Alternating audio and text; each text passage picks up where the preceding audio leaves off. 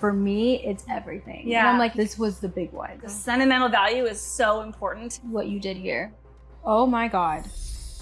My client wanted to take this original ring that she had and redesign the settings so that it's upgraded to an entirely new modern setting. There are a few things about this ring that I absolutely love, and then a few things that leave some room for improvement. And so what I'm gonna do is I'm gonna suggest to her the things that I would change just from a mechanical point of view and holding up long term. And then we can keep the features that she absolutely loves. So let's dive in. The first feature that's fantastic for this particular type of setting are the double prongs. Now, I would recommend making them sleek double claw prongs because this particular diamond has enough surface structure on it that you're not going to be hiding the diamond away by covering it with double claw prongs, but it is going to provide maximum amount of security for a cushion cut diamond. So cushions are the diamond shape that we absolutely recommend double claw prongs on the corners of, just for maximum security, since the shape is kind of like a pillow and there are not firm corners, but it's also not fully round like a round diamond. So by having these cushiony corners, having the double claw prongs is really going to provide ample security to ensure that it stays in place. By making them sleek claw prongs, they're going to be flowing in line with those angular facets of the diamond. So it's just going to blend in a little bit more rather than having the round blobs on the corners. The second thing that I'm going to be doing is making sure that the inside of the shank is comfort fit. So right now, the edges on the inside, they're actually pretty sharp. So I'm going to definitely smooth out the inside to just be buttery smooth, and it's going to feel so good when she wears it. Another feature that I want to improve is if you take a look here, right behind this area, you'll notice a big gap of air. And what I want to do is minimize that gap so that way the prongs are fully attached to that support bar, because right now, if this is knocked, it's going to get pulled back rather than being structurally secure to that bar there.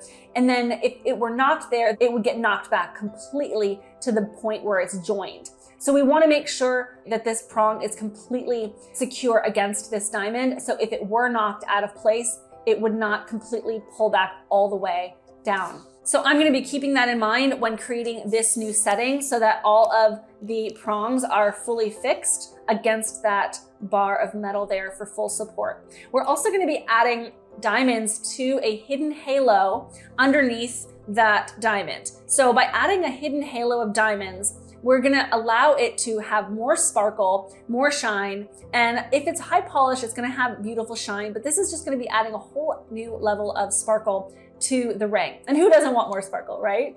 So this client wants to have diamonds all the way leading up to the prongs. Now, we cannot have diamonds on the top of the prongs because that's just gonna make your prongs like Swiss cheese.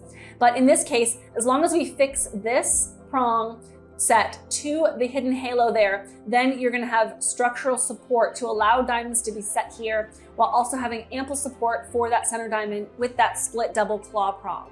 Another feature I absolutely love about this ring is that it has a donut. Because it's such a large diamond, we are going to keep that feature and then we're going to add diamonds all the way across that donut. So by adding diamonds across the donut, it's going to be stunning.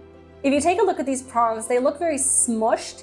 And what I want to do is make sure that the prongs are very defined. One thing that I love about these diamonds is that they're set incredibly close together, which is exactly a principle that I follow with all of my ring settings, is making sure that the diamonds are set incredibly close together to maximize the overall sparkle of the ring. I'm going to make sure that even though these are well secure, they don't look as if anything is going to fall out. I just want to make sure that from an aesthetic point of view, they look very, very clean.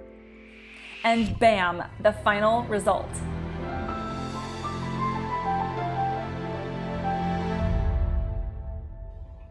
Oh my God, this looks perfect. Oh my God, I love it. This looks better than my dream. All the details. I love it. Can I hug you? Is that right? Yes. This is brilliant. It looks so perfect. I can't believe you made it we can see that beauty. Oh my God. You did such an amazing job and you made it look so even because it's not even. I don't even know how you did that, but you did such a wonderful job. It's so intricate and perfect. Perfect. That's the only word I could describe. It's perfect. Awesome.